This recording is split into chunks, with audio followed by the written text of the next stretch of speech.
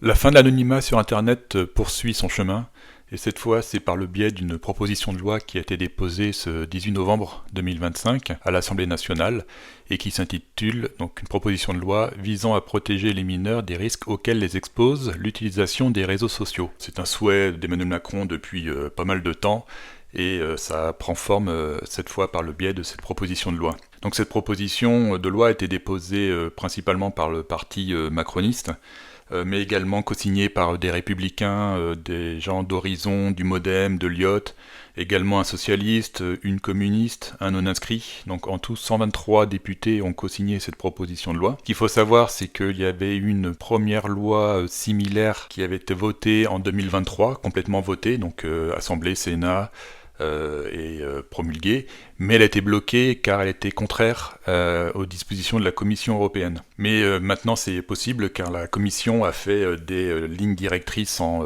2025, et donc cette proposition de loi a maintenant le champ libre de ce côté-là pour pouvoir avancer côté législatif. Donc cette proposition elle est basée sur un rapport qui a été produit et publié en septembre 2025 sur les effets psychologiques de TikTok sur les mineurs. Donc c'était un rapport qui était focalisé sur TikTok, mais par contre cette proposition de loi elle adresse tous les réseaux sociaux.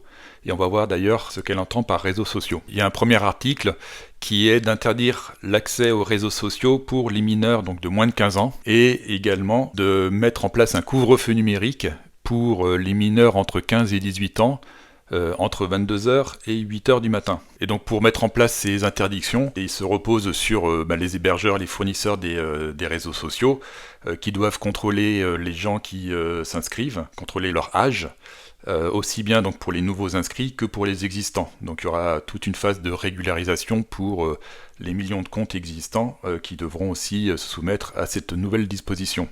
Et donc pour contrôler l'âge des gens qui s'inscrivent, il n'y a pas d'autre solution que de contrôler l'âge donc de tout le monde pour pouvoir identifier ceux qui ont moins de 18 ans, ce qui veut dire que les plateformes auront l'identité de tous les gens qui s'inscrivent sur leur réseau. D'où la fin de l'anonymat sur Internet. Donc les plateformes devront contrôler les inscriptions par le biais d'un référentiel mis en place par l'Arcom. Donc il faut savoir que pour la pornographie, dont l'accès est également interdit aux mineurs, il y a déjà un référentiel qui a été mis en place par l'Arcom. Donc on peut imaginer que pour l'accès aux réseaux sociaux, ce sera le même type de référentiel qui sera défini par l'Arcom. Donc vous avez les explications de chaque article, l'objet de ces articles, et dans le texte de loi proposé, donc il est écrit « Les fournisseurs de services de réseaux sociaux en ligne exerçant leur activité en France refusent l'inscription à leur service des mineurs de 15 ans, donc les moins de 15 ans, ils suspendent également, dans les meilleurs délais, les comptes déjà créés et détenus par des mineurs de 15 ans. » La définition services de réseaux sociaux en ligne, ça renvoie à un texte européen qui définit donc les services de réseaux sociaux en ligne. C'est une plateforme permettant aux utilisateurs finaux de se connecter, ainsi de communiquer entre eux, de partager des contenus et de découvrir d'autres utilisateurs et d'autres contenus sur plusieurs appareils, et en particulier au moyen de conversations en ligne, chat, de publications, posts, de vidéos et de recommandations. Donc sur ce périmètre qui est assez large, donc les réseaux sociaux, donc on pense bien entendu aux réseaux sociaux classiques, TikTok, Instagram, Snapchat, YouTube, Facebook. Après, ça va se poser la question, est-ce que les messageries type WhatsApp, Telegram, Signal sont également couvertes par cette définition-là? Est-ce que les forums sur les sites internet sont également couverts par ces réseaux sociaux, puisque ça permet de mettre en relation des gens qui partagent des informations. Donc, voilà, peut-être un peu d'ambiguïté, ou en tout cas un peu de place à l'interprétation sur la définition de ces réseaux sociaux en ligne. Il y a ici un article qui dit que donc, les fournisseurs de services de réseaux sociaux en ligne exerçant leur activité en France désactivent de manière automatique l'accès aux comptes des mineurs entre 22h et 8h. Donc le fameux couvre-feu numérique. Alors ce qu'il faut savoir, donc, c'est qu'il y a eu une première loi similaire donc, qui a été votée en 2023. Vous avez la référence de cette loi si vous voulez regarder.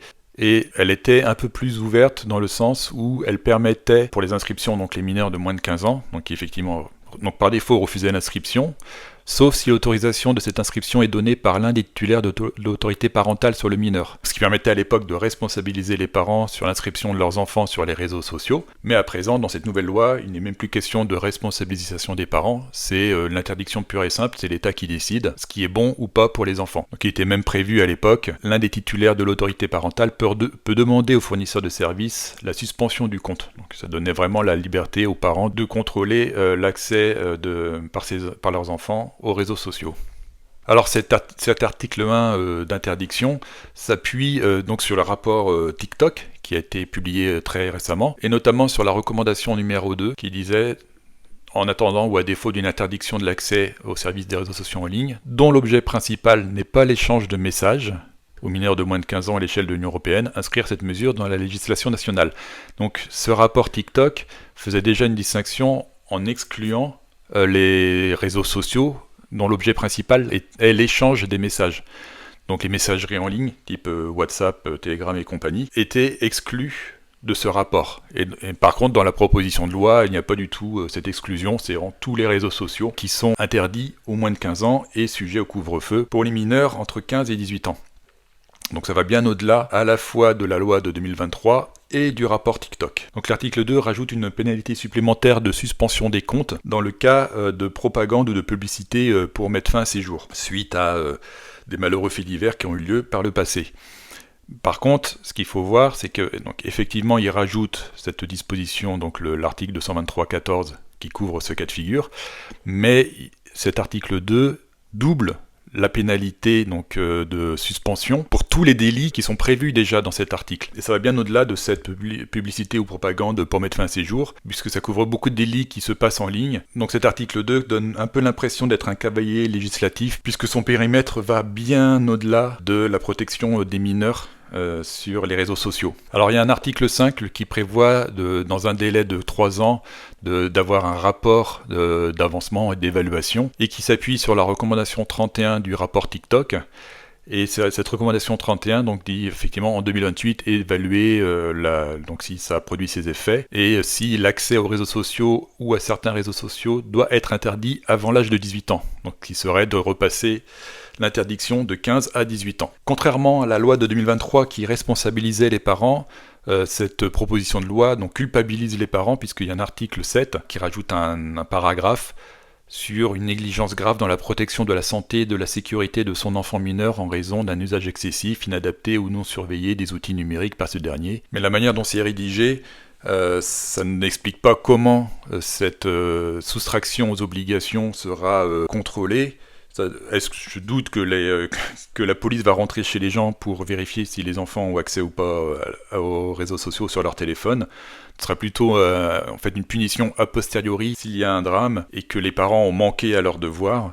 Ce sera un fait aggravant pour eux, en plus du drame qu'ils auront déjà à vivre. On a donc une proposition de loi qui, sous couvert de la protection des mineurs, est basée sur un rapport TikTok, va contrôler l'accès à tous les réseaux sociaux par tout le monde, puisqu'il faudra s'authentifier et démontrer son âge, ce qui signifie in fine la fin de l'anonymat sur les réseaux sociaux, et donc implicitement le contrôle de tout ce qui se passe sur les réseaux sociaux, quand bien même parfois on voit des insultes ou du n'importe quoi, ou de l'intox ou autre. C'est une loi qui va employer la manière forte pour contrôler toute la population, mais en attendant c'est une proposition de loi qui déresponsabilise les parents et qui transfère le rôle de l'éducation, en l'occurrence la coercition, dans les mains de l'État. S'agissant d'un souhait de l'Élysée depuis pas mal de temps, il est à craindre que cette proposition de loi soit rapidement traitée au sein de l'Assemblée et du Parlement, et voté, tout comme l'a été votée la loi en 2023.